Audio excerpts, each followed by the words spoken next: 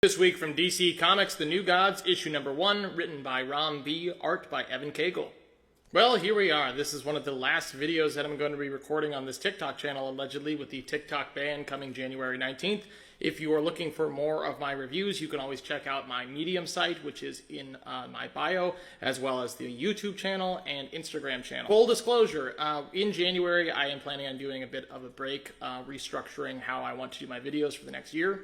So videos may not be as frequent, but if you are looking for conversation about modern comic books, about classic comic book series even, then please support my channels. After months of anticipation, The New Gods ongoing series returns this week in all of its cosmic splendor from two of the most innovative, imaginative minds in modern comic books. The series picks up right after the events of the DC All-In Special, so there are sort of inherent spoilers from this point on. But if you would like to familiarize yourself with that excellent event title, you can check out my review on it a few videos back.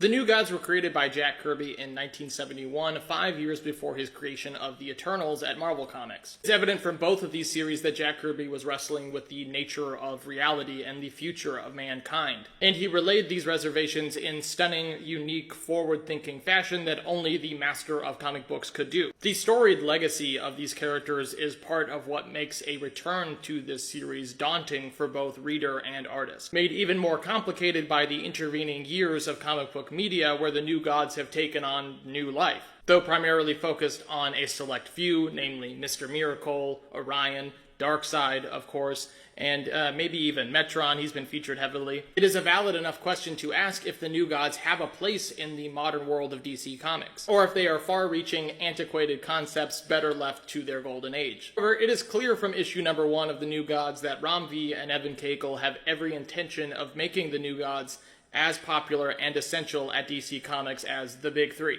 with a sprawling, epic narrative that introduces many boldly designed, enterprising new characters, as well as reintroducing fan favorites. Additionally, the team reinforces the pervading sentiment that predated this inaugural installment, that they are precisely the kind of intelligent, evocative, artistic figures to helm such a beloved avant-garde title as the New Gods. If I had to distill what I believe is the most compelling component of the New Gods series, I would remind fans what the entire intent of superhero comics at its fundamental level is, which is the art of myth-making, which becomes an even more overt and intentional practice with a title like the New Gods, as it explores esoteric, thematic concepts personified as figures, places, living cosmic entities, the stuff of which dreams are made of. Luckily, we have the thoughtful perspective of a talented writer like Ram V to guide us through and make sense of it all, who has showcased his unique, evolving vision on such popular titles as Detective Comics, Venom, Swamp Thing, and previous original work with artist Evan Cagle, Dawnrunner at Dark Horse Comics. If you are in any way interested in the greater DC universe and its organizing principles, or its fundamentally pulp science fiction aesthetic, The New Gods is surely destined to become your new favorite title at the legacy publisher. Additionally, if you have encountered mystifying, quirky, legendary figures such as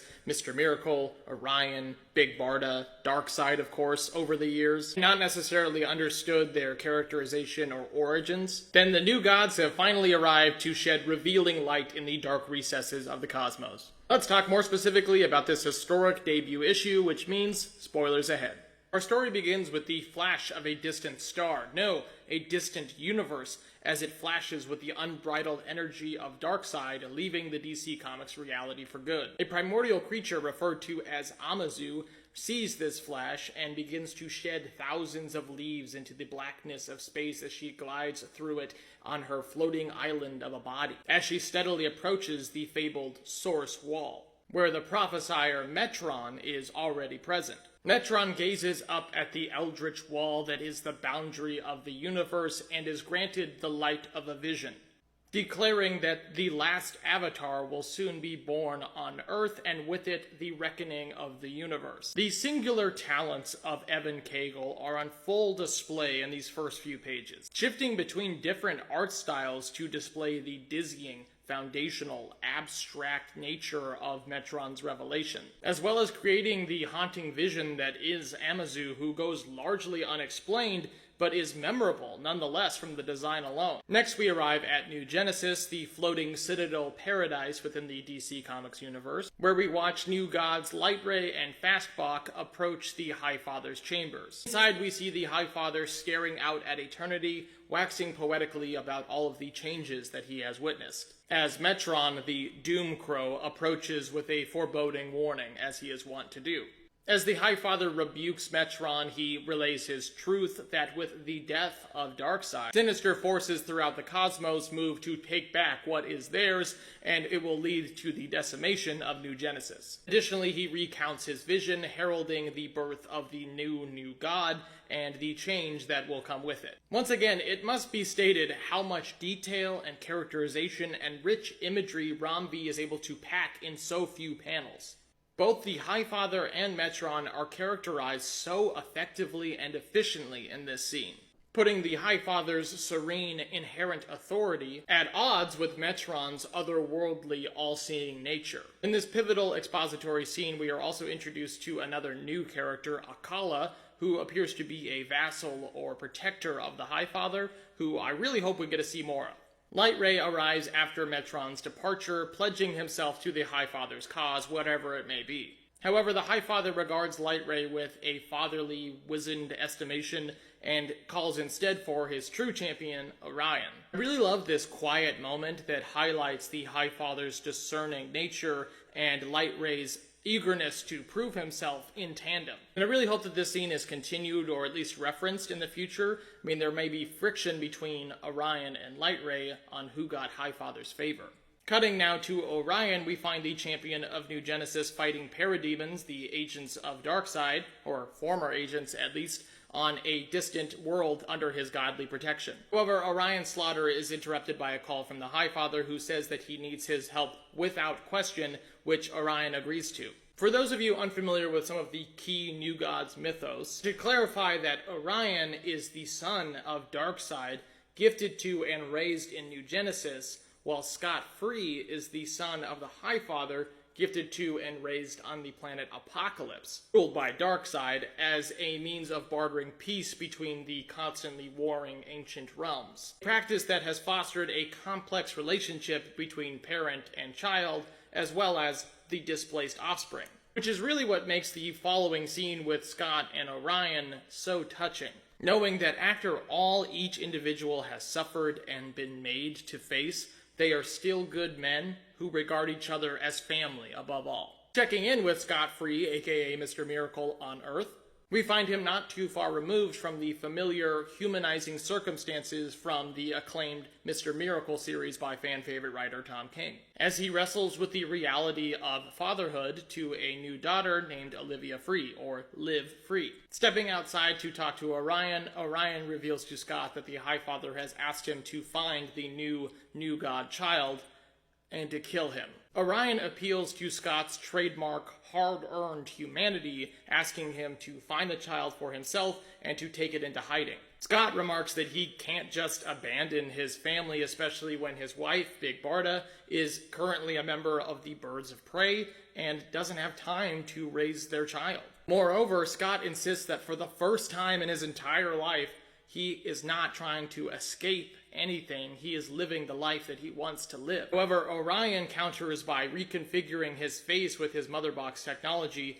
to his true countenance as the son of Darkseid, reminding Scott that he has never failed the High Father, not once, and that the High Father is counting on the son of Darkseid to do what must be done. The battle of wills in this scene is truly a thing of beauty, revealing just how intimately Rambi has acquainted himself with the motivations and stakes of these characters. Most importantly, the decision at hand is a difficult one where neither character can win from a moral standpoint, creating a classic conundrum of action versus inaction. In our final pages, we are introduced to our child who would be a new god, as his father is gunned down by a mysterious militia force in the forests of southern India. As the child, Kamal, calls out to his tragically fallen father, he is overcome with power, transforming into a floating blue-skinned avatar. As the text crawl below reads, "And the new gods were born," as a bookended, dramatic statement. The pace of this issue is perhaps its greatest strong suit.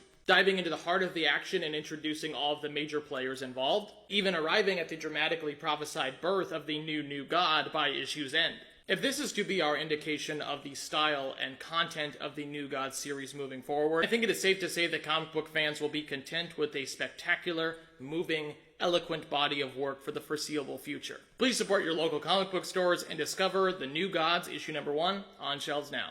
I said it before in the All-In Special review, but this ending for Darkseid, fusing with the Spectre and creating his own universe from his energy, is so cool. What a gorgeous way to begin this series. I absolutely love this image of Metron receiving this vision from the source wall. Here's some of that insane art styling that I was talking about. And I love that when we get into the story finally here with New Genesis, that the art style becomes so much more detailed, becomes so much more alive and colorful and cinematic. I wasn't sure about the big block letter name drop there. It was teased a few months ago. But seeing it in the issue, I think I like it a lot more. It makes the issue much more recognizable and iconic. God, I seriously got chills here in this last page. This series is going to be so good.